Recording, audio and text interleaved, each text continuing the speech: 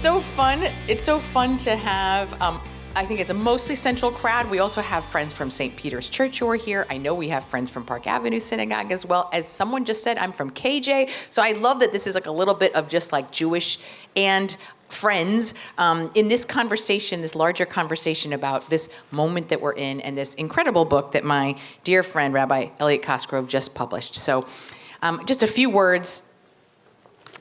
I think you don't really need an introduction to this crowd, but I'll say a few things. Rabbi Cosgrove has been the senior rabbi at Park Avenue Synagogue since 2008.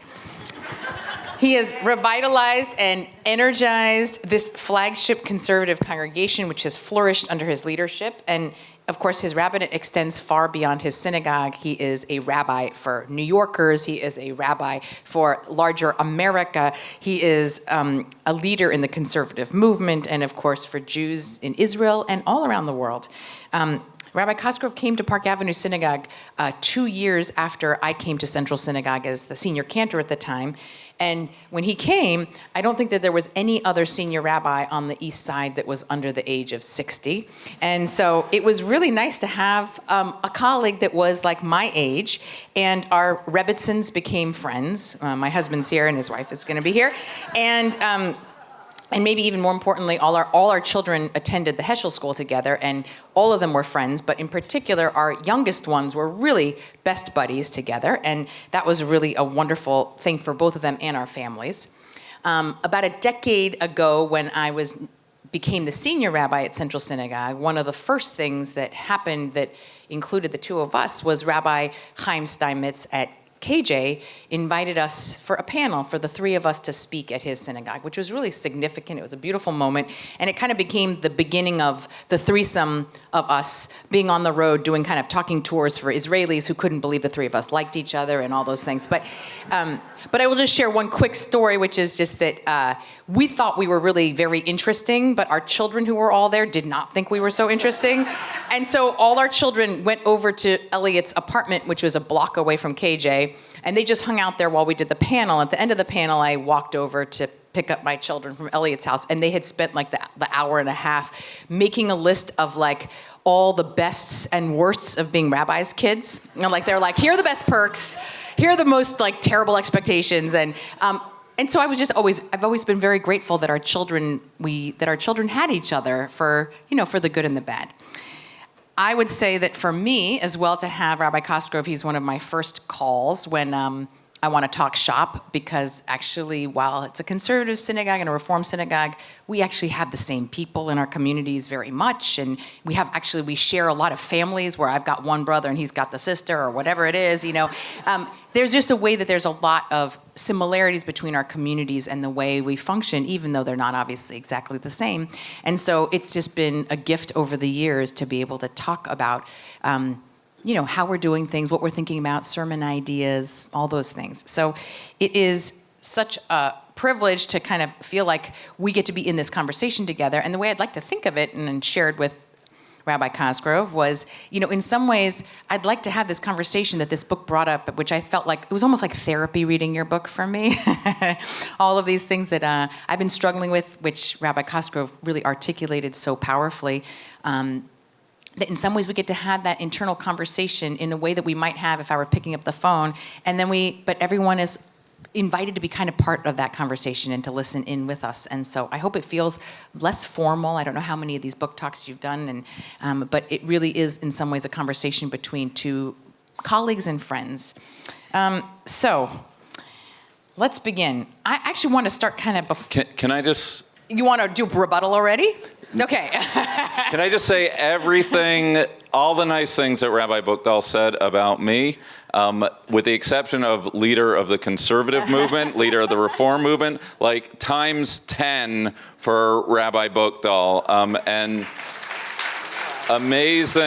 amazing colleague, civic, national movement, religious leader of our time, and of all of her credentials, for me, as the rabbi indicated, the title of friend is the one that I treasure most. It is we have the best jobs in the world, And sometimes it can also be a lonely job, and you need to know someone who is walking the same journey as you. And a rabbi needs a rabbi, and Rabbi Buchdahl is my rabbi. I feel the same. Thank you. So it's a little disorienting because we schmooze all the time privately. We're now doing it publicly here. And I just want to thank Rabbi Buchdahl, the Central community, as well as everyone here for such a gracious welcome. We love having you. Thank you. We're going to get to October 7th and a post-October 7th world, but your book actually begins a little before that. And I'd like to ask you to go to the before first, if you don't mind. As you know, and you've talked about, we actually are seeing a pipeline problem, not enough people who want to go into our profession and become rabbis. Can you tell us what inspired you to go into this wonderful, beautiful, crazy line of work that we do of becoming a rabbi? What made you want to be a rabbi, Elliot? So the story probably begins long before I was born. I am not... Such a rabbinic way to start, isn't it? My grandfather of blessed memory was a rabbi in Glasgow, Scotland. And so I never knew him. He was leaving this world as I was entering this world, but he was an Orthodox rabbi. And so I always grew up with stories about what that nice Jewish kids grow up to be doctors, lawyers, or rabbis. I have a brother who's in the movie business, a brother who works at YouTube. My parents find that intriguing. There is nothing interesting about my choice to grow up to be a rabbi. There's no story about when did Elliot find religion.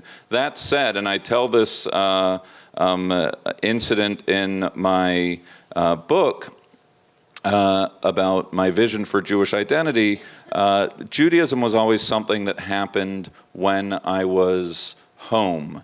And when I went to University of Michigan, proud Jew, wasn't rejecting anything, but it was really something I did when I went home until an incident my junior year of college, and a gentleman named Mr. Gendon. He was a Holocaust survivor. He was a person we always had for Shabbat dinner. For Passover Seder. I got a call that he had passed away.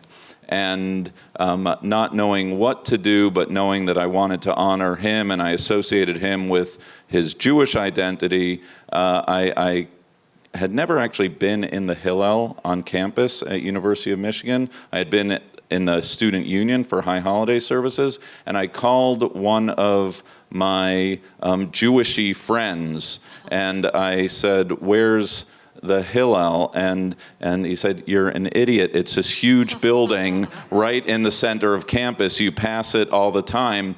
And I went in, I said Kaddish at the end of the service, and as I was leaving, like at the end of the flight, just to dash out, because I already had plans that Friday night, someone sort of boxed me out at the door.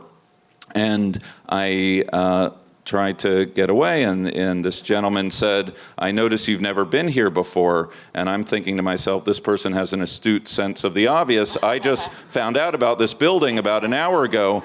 And he said, "Well, I'd like to invite you to Shabbat dinner." And I lied, because I figured he didn't want to know about dollar pitcher night at Rick's that night. And I said, "I already have Shabbat plans." And he said, "Well, I bet you don't have Shabbat plans next week." And I was caught, and I said, "You're right." And he said, "Good, so you'll come over for Shabbat dinner."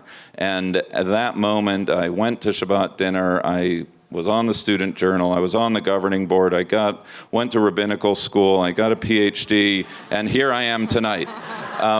But my take home of that is box 'em in. To box them in. But as Rabbi Buchdahl knows, there's all sorts of prescriptive steps for how to save the Jewish people. I never forget that this is a retail business. Just like this week's Torah reading, it's Oseh Nefashot, it's one soul at a time. It's to come into services as you do week in, week out at Central Synagogue, and look for the person who looks a little out of place. It's the first time there, and greet that person warmly, and just make that person feel at home. That has sort of forever been the North Star of my rabbinate. What a beautiful answer. And yes, and such a reminder of also just the invitation. Like when we make that invitation and how much you have no idea how that can kind of change the course of someone's life. Beautiful. So this book, you describe this as responding to the urgency of the hour, but I have known you now for 17 years, I think, and you've had to respond to the urgency of the hour regularly. Like, I think there have been many urgent things that we've talked about over the many years. What made you write this book at this time? So I'll take a step back and then take a step. I keep doing that. It really must be a rabbinic muscle group. Jews always look backwards. So the title of the book is For Such a Time as This. And it takes its cue from the biblical book of Esther, which we read in the spring, the story of the Jewish community of ancient Persia who thought they had it good, life was good, they were comfortable. And Esther, whose Hebrew name means to hide, hid her identity as she entered into the palace of King Ahasuerus. She ascended to the heights of power as queen. And again, the going was good until, of course, the wicked decree of Haman came down and the fate of the Jewish people was on the line. Mordecai, by way of an emissary, tells his niece, don't think you're going to escape the decree of Haman, and who knows if not for such a time as this that you arrived at your station in life. And we know how the story goes, and Esther comes out as a woman, as a queen, as a Jew, and the day is saved. And so that is why the book is titled what it is, because it's an Esther moment, October 7th, which we'll get into, of Jewish identity. The whiplash we all felt of where did this come from, how did this happen, and in this moment of time, what is being asked of us? And so like you, Rabbi, I found myself playing roles that I wasn't prepared for, that no one can be prepared for. And we responded as New York rabbis with advocacy, with civic leadership, with making the case for Israel. And because we share many of the same member families, I can say such things. There are certain things we can do better than your typical rabbi. Number one is to be a voice for the Jewish people. Number two is to raise money on behalf of Israel and for trauma relief, and through the UJA Israel Emergency Campaign, which we did. And then the other thing we do is we craft words. And for me, the opportunity was to try to write something, and there was a dance done. You know, you know better than anyone that I've wanted to write something for a while, and this was a moment where they said, if you can write something that appears in September at the anniversary before the election, you know, it's called crashing a book, then you got yourself a deal. And so it was a very intense writing process, and the book is meant to be a sort of a lexicon, a vocabulary for all the tough conversations we're having about diaspora Israel, anti-Zionism, anti-Semitism, the generational divide, right? Really, not so much that people agree or disagree with what's in it, but that it's a toolbox for people to have the conversations on the issues of the hour. I think that's a brilliant way to kind of express sort of at the core what this book is about. Like it is a post-October 7th book, but it's really addressing all the kind of biggest questions that we're asking as modern Jews today in a post-October 7th world. I just have to say that as someone who is now in my 4th year working on the same book, the fact that he put this together in 4 months, I am very impressed that you managed to pull that off and write it so beautifully. It really is amazing. So let's talk a little bit about that October 7th, like what felt like, I know in that first week you did a phenomenal job of really rallying your community to fundraise and really say these are immediate primary needs that we have. What did the next couple of months look like? What did your days look like? What worried you the most in those early hours, early months? Well, just what you know is that to be a pastor is you can't compartmentalize overly so, meaning when we are caring for an individual and a family and loss and illness, or like we ourselves are affected and because we're human beings and empathetic human beings at that. And so the first thing I want to say in response to your question is that I was going through something myself on a deeply personal level. I begin the book by talking about the wake-up call, literally, when, I don't know if my wife Debbie is here, but her phone kept ringing because my nephew was called into, right, that was that morning that we'll never forget. And so at the very moment that I'm walking to synagogue, trying to figure out what to say to my community, how to mobilize, how to address it or not to address it, even as we didn't know what was going on, I'm also saying, oh my gosh, not sort of some abstract global Jewish family, which of course I feel and we all feel, but actual family. Our WhatsApp were lighting up at the time, and they're still lighting up at this moment. So I was sort of on it, I was on a deeply personal level going through this with my loved ones, my cousins, my nephew being called up to serve, and the very moment that trying to lead a community.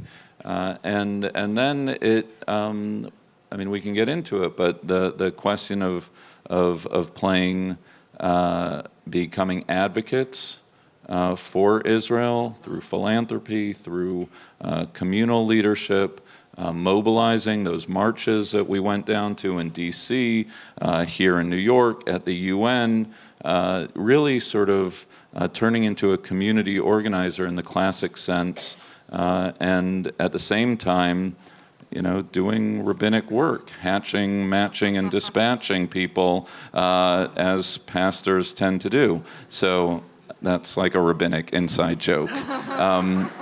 So it was walking and chewing gum all at the same time. Yeah, I resonate very much with the feeling that I was trying to manage, also my own emotional response, also with family in Israel, also with a cousin going back into reserve duty. And, we say a lot of times that part of our job is just maintaining non-anxious presence is almost part of, what it is to be a rabbi. And this was, I think, the most challenging year for me personally of being able to hold people's fear and anxiety and trauma when I was feeling a lot of it myself at the same time. Right, and I think for us, and I'd be curious, we were just coming out of COVID, we were coming out of, these are moments where... And a year of judicial reform that we were worried already about Israel, and then, but October 7th made the year before feel almost, quaint or something, or just certainly not as, just different, yeah. I love this chapter. It spoke to me personally about hyphenated identities. He said, to live a hyphenated life is not an outcome or destination, is a perpetual state of being. It means that life is a balancing act between the competing commitments within each of us. So I've often, I live as a Korean, American, Jewish, immigrant. I could add a bunch more hyphens, but I definitely understand that sense of feeling like for a lot of my life, I felt like if I was seen as Korean, I was seen as not Jewish. If I was seen as Jewish, that I couldn't really be Korean. And where did American fit into all of this? So I certainly really resonated with that. And I think that we've been asked that question before. Are you a Jewish American or an American Jew? In some way, is there one that takes priority over the other? Is that dual loyalties? So I want to ask you, how do you see your hyphenated identity, you personally? Did it change in any way after October 7th? Like, did it feel like one got more priority or more kind of dominance?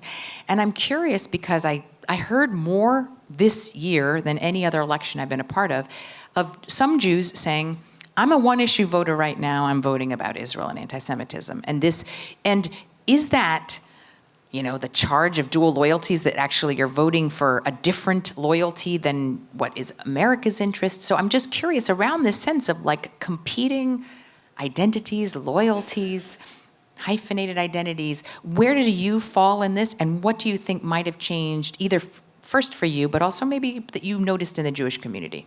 The Rabbi Judah Magnus at Temple Emmanuel of blessed memory of about 100 years ago gave a sermon talking against the play, Zangwill's play, The Melting Pot, and said, no, the American dream is not a melting pot. The American dream is rather one of a symphony of American life where everyone plays their own instrument in their own timbre and tonality, and that's what makes America America. And that, I think, was very much the dream or the illusion that there are Asian Americans, there's Jewish Americans, there's evangelical Americans. We're all a little different, but we're all American, and that's what makes America America. And then I think the whiplash, not totally, it's difficult to do this in broad brushstrokes because I think part of the subplot of October 7th is that it was experienced differently by different generations.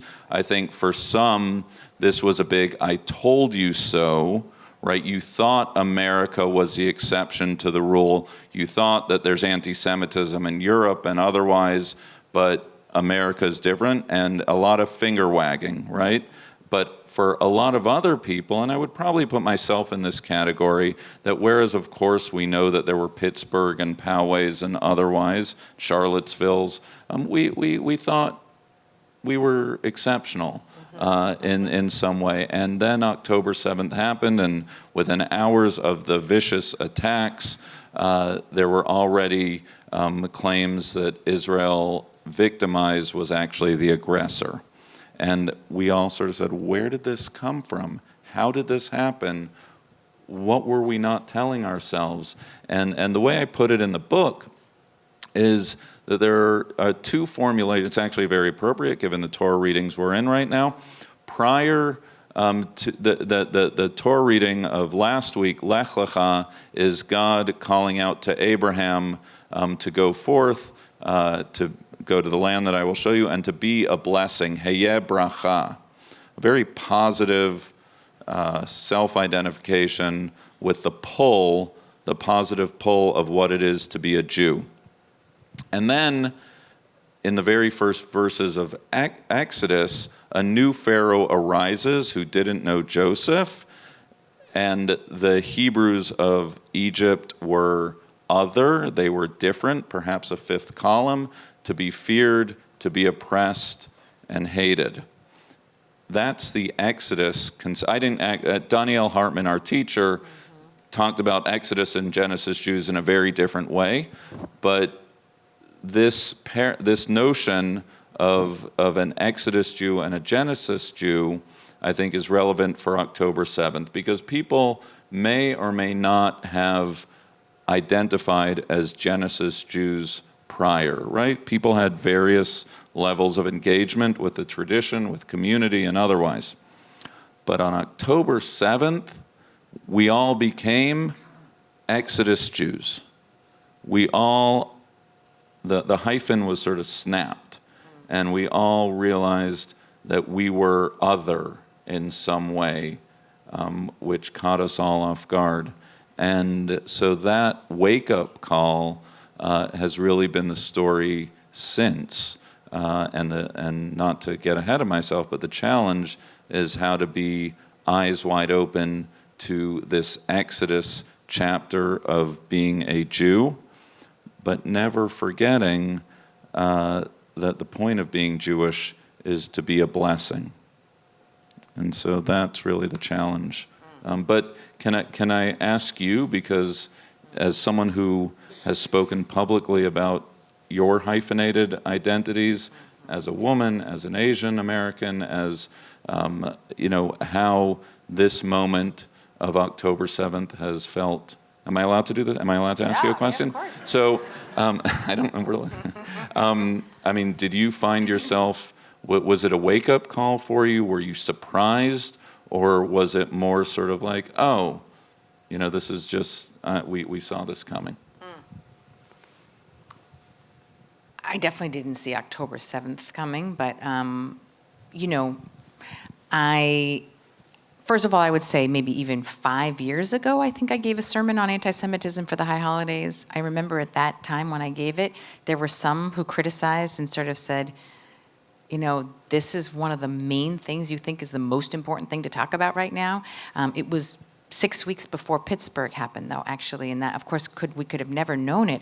But I remember already at that point we were seeing things, and mostly it came from Europe, where people who were leaders in Europe said, we're seeing what is happening in America, and this is what it was like for us 10 years ago, and we just want you to know if you don't start saying something, it's going to be too late. We didn't do enough in the beginning when we could have spoken out. So it was one of those things where I was like, I have been surprised by, not that there is anti-Semitism, but how normalized some of the talk is in a way, where it's happening.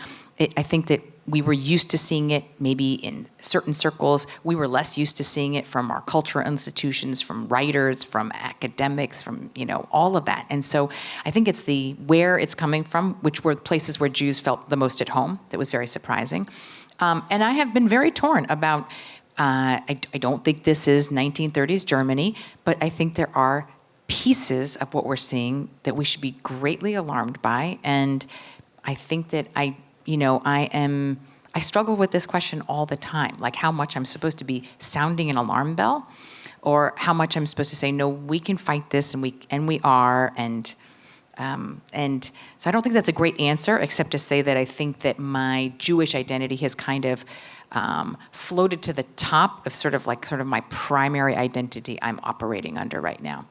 I don't know if that's a good answer, but I think, Right, but I think you're right. I think it also came to the fore with an election season, right? When people were asking that question, right, very directly, whether this is the moment to put, whatever our views are on, reproductive rights and,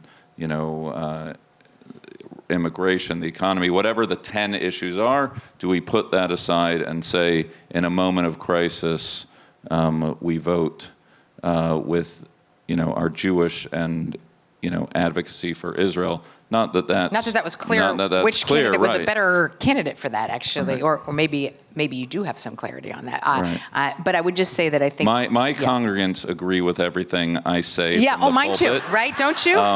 So I don't know. How's that here? This is you just say who to vote for, and everyone just says Rabbi Buchdahl has spoken. Yes, that's kind of how it works. Jews. Yeah. I think when it comes to Israel also, I know you well enough to know how deeply central Israel is to your Jewish identity. And yet you do not advocate for Israel becoming the religion of American Jews. So spell that out for me a little bit. How do you separate out the fact that for you, Israel is central to your Judaism, so deeply central? And I think you would aspire to have all of your Jews feel that way, and yet you don't want it to become the religion of American Jews. So what's that line? So what's the difference? I'm constitutionally incapable of having a Jewish identity without Israel being central to it. For me, I didn't choose to live in this time, but I was. And so there's Shabbat, there's community, there's Torah, there's Israel. For me, to not engage with the miraculous presence of a sovereign Jewish state is an abdication of Jewish identity, period out. And as I talk about in the chapter on I'm the just invisible quoting you in the book, thread, Elliot. Israel is not equal to Judaism or the other way around. So this kind of gets into the generational divide, because I think it was a wrong turn that American Jewry made along the way. So I'll situate it with my historic 1924, 100 years ago this year, was the establishment not of Hadassah, but of the first hospital that Hadassah established in Israel. And another fabulous book by Francine Klagsburn on Henrietta Zold describes how that pragmatic Zionism for the 1910s and otherwise for American Jewry acclimating into America was important, of course, for pre-state Israel, but it was also an organizing principle, a scaffolding for American Jewry itself. And so not just Hadassah, but all the alphabet soup of Jewish communal life with Zionism at its backbone served pre-state and the establishment of the state, and it served as sort of a civil structure for who we are as American Jews. And that's great, that's terrific. Until that Zionism or advocacy for Israel became a substitute religion for Judaism itself. So if I were to graph this out, I would, to say something, we shouldn't just agree, I say something a little controversial, that I think that our Israel engagement became a substitute religion for a paper-thin American Jewish identity. Because it's much easier to debate at what point uranium is enriched or the terms by which America should or shouldn't enter into an agreement with Iran than it is to keep your kids home on a Friday night for Shabbat dinner. It's much easier to call someone a colonialist oppressor or self-hating Jew than it is to be concerned with your children or grandchildren's Jewish identity. And so this organizing scaffolding became a religion, and in some senses it became an orthodoxy. Someone earlier had a relationship with Rabbi Arthur Hertzberg, not a romantic one, a rabbinic one, and said that our Hertzberg of blessed memory said the only thing that you could be excommunicated in American Jewry is dissent with the Israeli government. And I think I call it the OJC, the Organized Jewish Community, paid a price for that. Because when you make assent with a government, which has its strengths and has its weaknesses, the threshold test for entrance into the Jewish conversation, then you only have yourself to blame when someone who feels that gap between their sensibility and the decisions of the Israeli government, that they don't have a place in the Jewish conversation.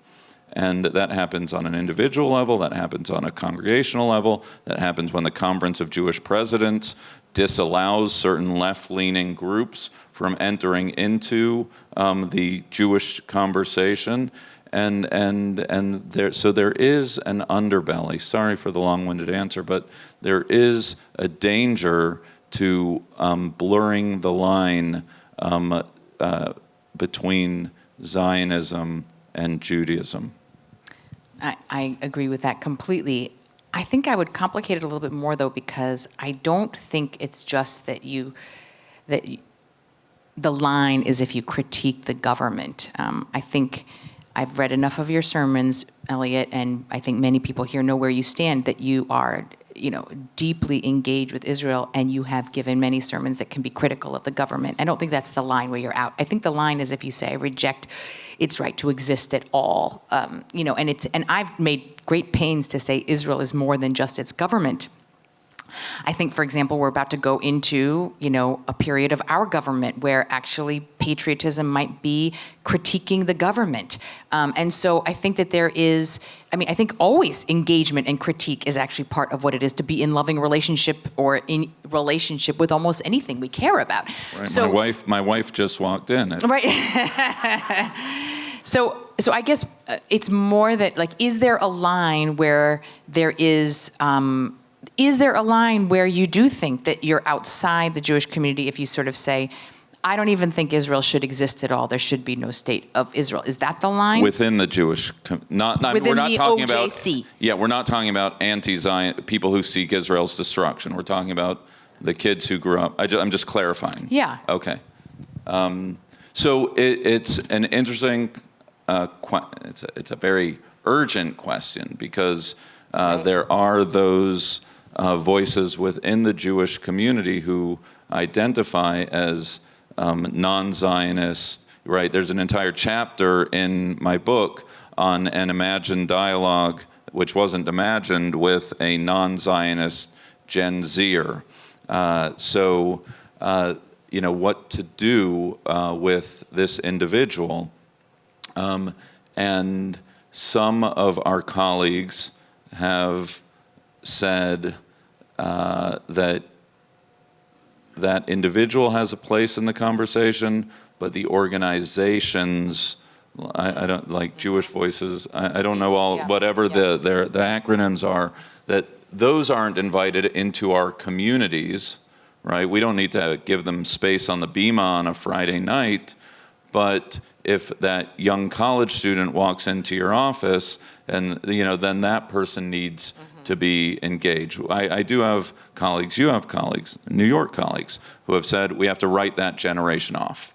We have to just be done with it. They're enemies. I have a big tent view of this conversation, and so I'll say this in such a way because my daughter just walked in. So the chapter with Maya, not her real name, is a conversation with a young woman who grew up at in my kitchen and my household, who said, there's something very personal about this book because I joke that this individual shares half a brain with my daughter, and so it's not an abstract Maya, it's the Mayas of our time, of our families who have grown up in Jewish summer camp, many gone to Jewish day school. These are our children, and what do we do with them in this moment? And I think they need to be engaged.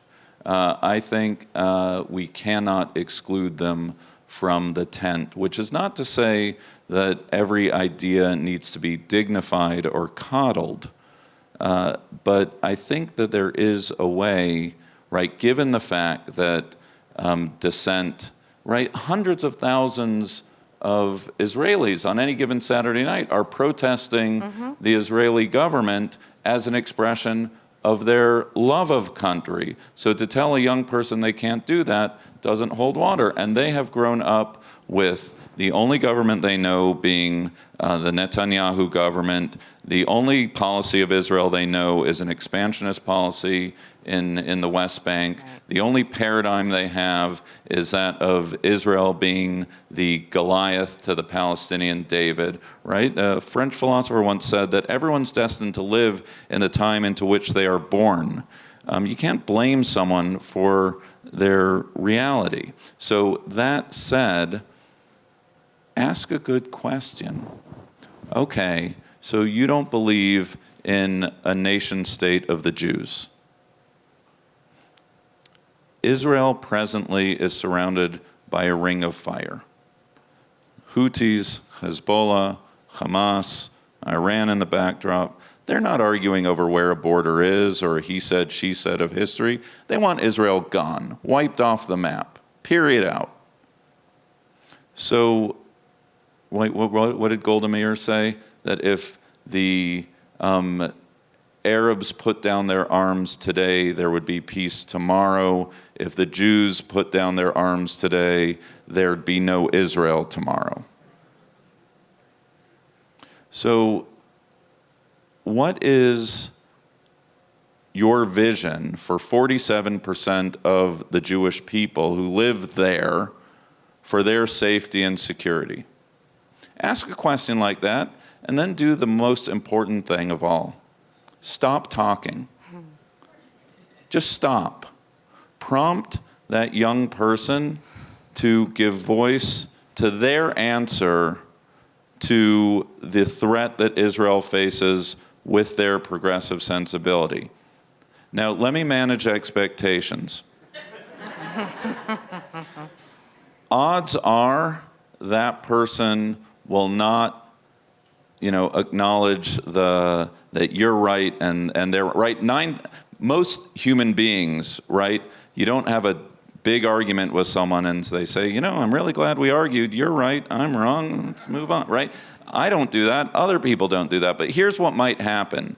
That young mind, when they go back to campus, might think twice about entering an encampment and standing next to a placard that says "From the river to the sea." They might be a little more intentional and discerning in aligning themselves with a cause that ultimately does not secure the safety of the Jewish people. So, in other words, I look long on the Maya generation. I'm with you on that, and I would say that I've had some very amazing conversations with young people who are coming from a very strong moral place and are often raising questions that I don't have just a neat, easy answer to, because this is a very hard situation. And I think in the same way that I know you and I still believe deeply that there has to be a two-state solution, but we don't have a clear path of how that's going to happen. I think that our kids often feel like this war can't keep happening even if they can't give us a clear path of how it's supposed to end and people are supposed to stay safe. And I think that we're going to have to live with some unresolved issues at times. And to me, just the fact that they're as passionate as they are gives me hope that they actually still deeply care. Even your anger comes from a place of actually engagement and care in some way. So I have not given up on them either. We have so little time, but one of the kind of most striking stories in your book is the story of your cousins who ended up in England. You ended up here. You have family in Israel. But when your cousins were teenagers, essentially they got attacked by a mob who just like really literally because they were Jews started beating them up and beating up one of them so badly that he was basically beaten unconscious and had lifelong health issues from there on out. It's hard to think about that attack in the light of what we just saw with these mob attacks in Amsterdam in the last week. We know that that's not an isolated thing in the last year. You told the story of just how your young cousins actually started running to neighbors' houses and knocking on the doors, and they saw them and just closed the door on them. And that there were virtually no repercussions for the mob that hurt them. And yet, of course, there had massive repercussions for your cousins, completely changed their lives. 2 of them moved to Israel because of this. One of them immediately lost all his hair and had a case of alopecia. One learns how to box so he can actually defend himself. So, and you say response to trauma and suffering is either empathy or vigilance. And I'm wondering, in the face of what we are facing right now, what is your response to what you're seeing that is both, verbal and in some cases physical, and knowing what you know from your own family story? What is our response to what we're seeing now? Yeah, that story is very much part of my DNA, and it was Yair Lapid who once had a pithy turn of a phrase that he said, "The secret to Jewish identity is I could be you and you could be me." meaning in my own personal story, if you've ever wondered what sort of Jewish name is Cosgrove, it's British. And if my dad hadn't moved to Los Angeles, I would have been, right, with my cousins that day. And so that sense that, and it also ties into, what we see going on in Amsterdam and Europe, and right now is a sense of connectivity. The empathy and vigilance question for me is a false binary that the present moment has given us, right? So you either defend Israel or you have empathy for the Palestinians. You're either on the left or you're on the right, and never shall the two connect. And my contention in the chapter on the subject is that that's a false choice. And the text that I teach from in that chapter is a Passover Seder, because you can have an authentic read of the Passover Seder, the Haggadah, that we start the Seder by saying, all who are hungry, you have a place at the table, that we will, we were once strangers in a strange land, therefore you shall know the heart of a stranger, that this idea of empathy for the other is what being Jewish is all about. And I could give other proof texts for that.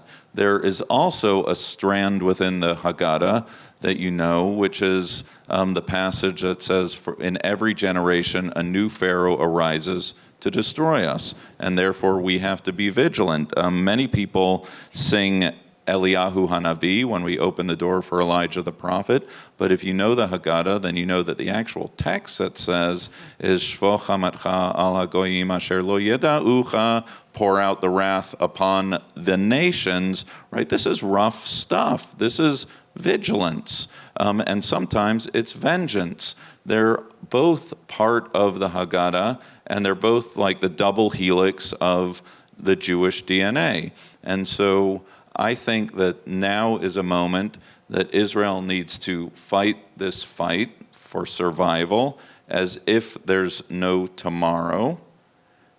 And Israel needs to fight this fight with an eye to tomorrow.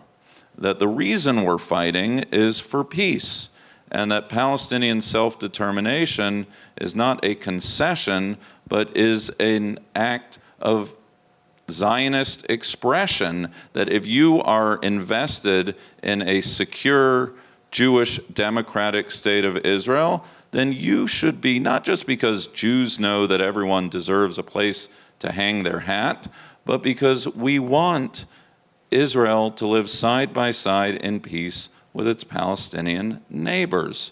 And the present cultural moment doesn't allow that to be said, right? Which is why I wrote this book, because I think the people holding the megaphones right now are the ones who are at the polar extremes, saying you're all about the encampments or you're all about the other side. And you as a community are blessed with a leader who's saying, no, it's actually both. We fight the fight against anti-Semitism, and we fight Israel's fight as advocates, and we look to the day after. Yeah. So much of your work in the last year, and what I'm sure your people have been asking you to do, and you've been called to do, is fighting anti-Semitism in this last year. And yet you also said, put simply, to reduce my Jewish identity to fighting anti-Semitism is a victory I refuse to grant my foe. So what do you do? How do you balance this, Rabbi, of your job, fighting anti-Semitism, and where you spend your energy, and what you think your primary job will need to be? Look, it goes back to the Exodus and Genesis Jews, right? We have to remember the model of positive Jewish identification. And I think that the challenge of this hour is to walk and chew gum at the same time, to advocate, and at the same time to remember that you and I went to rabbinical school not to become agents for AIPAC or J Street or some other organization. We love Jews and we love Judaism, and we want to share that love with the people we serve. And so one of my fears of this moment well, for me, I feel very, I don't want to say comfortable. I would not choose this moment for everything. This is a terrible moment and a horrific moment. We have seen, and you've experienced, I've experienced, that some people call it October 8th Jews, a surge, an awakening. There are all sorts of different labels, but people are engaged in a way that I haven't seen in my career. Philanthropically, advocacy. It happens in quiet moments in my office. Couples where one of the partners is wondering, they were on the fence about conversion and da-da-da-da, and now all of a sudden this is a time to literally take that leap into the mikveh. That Very is, inspiring, yeah. So I have a million private pastoral stories of an awakening of Jewish identity. The question, and if you have an answer for this, I'd love to hear it, is how do you extend the tail of this surge beyond trauma? Because I don't want the trauma, right? What are we, 404 days into the hostages being in captivity? The war is getting worse. It's not getting better. And I pray for the day it's over, the hostages are freed. And it was great to be a Jew on October 6th. It's great to be a Jew today. So I do have a chapter on mitzvot, on positive Jewish identification, about creating communities like your own, of meaning, of having inspiring leaders like you who bring people closer to tradition, having a team of amazing educators like Shira who are explaining to people both the what and the how to. So in this day of pelotons and training I don't see any reason why the Jewish community can't adapt the technology of the day to meet the aspirations of a searching American Jewry. Well, I'll share one teaching that I think actually ended up being part of one of my colleagues, Rabbi Mosalt's High Holiday sermons. But there is a line in the Torah in which it says, one thing I ask of you, only one thing. What is it? Yirat Hashem, which of course we usually translate as the fear of God. But of course it's the same word for having awe. And I think that what the interesting thing about, as complicated as human beings are, our physical manifestation of both fear and exhilaration are the same. Heightened, heartbeat and sweaty palms and, our face getting flush. You can feel exhilarated, and the same exact body expression happens when you feel fear. So if we could take this moment where actually we're feeling a lot of fear, and actually flip it with this sense of heightened emotional intensity, because that's actually what we're experiencing, is a heightened emotional intensity, and turn it from a sense of fear to awe. That is, I think, the goal. If that can be the one thing we experience in some way, and to feel that same level of excitement. And by the way, I feel that there is that flipping happening in the same way that our, synagogue has been more full than ever, and high holidays were bursting at the seams, and people came perhaps because they're feeling more fearful. But then when we're all singing together, we're like, this is awesome. And I mean that in the true sense of the religious sense of awe. We feel the strength, and all of it feels more meaningful because we are feeling this heightened sense of everything. So I think that that to me is going to be the key for us to take this moment and maybe understand that it might have come from this place of our heart is racing faster because of something bad, and actually turn that into a sense of the awe of the experience of what it is to be a Jew and to feel the power and engagement of it. So, Amen. Okay, I get one last question, I guess. Well, so I'm not going to do any of these. I'm just going to say, what has made you, in some ways this is kind of where we're getting, what has made you most hopeful in the last year? And you've also been doing this book tour. So you've been traveling, I think, around the country. You've definitely been to a lot of Jewish communities. What has maybe surprised you or given you a sense of hopefulness as you're coming through this year? What's been your awe moments?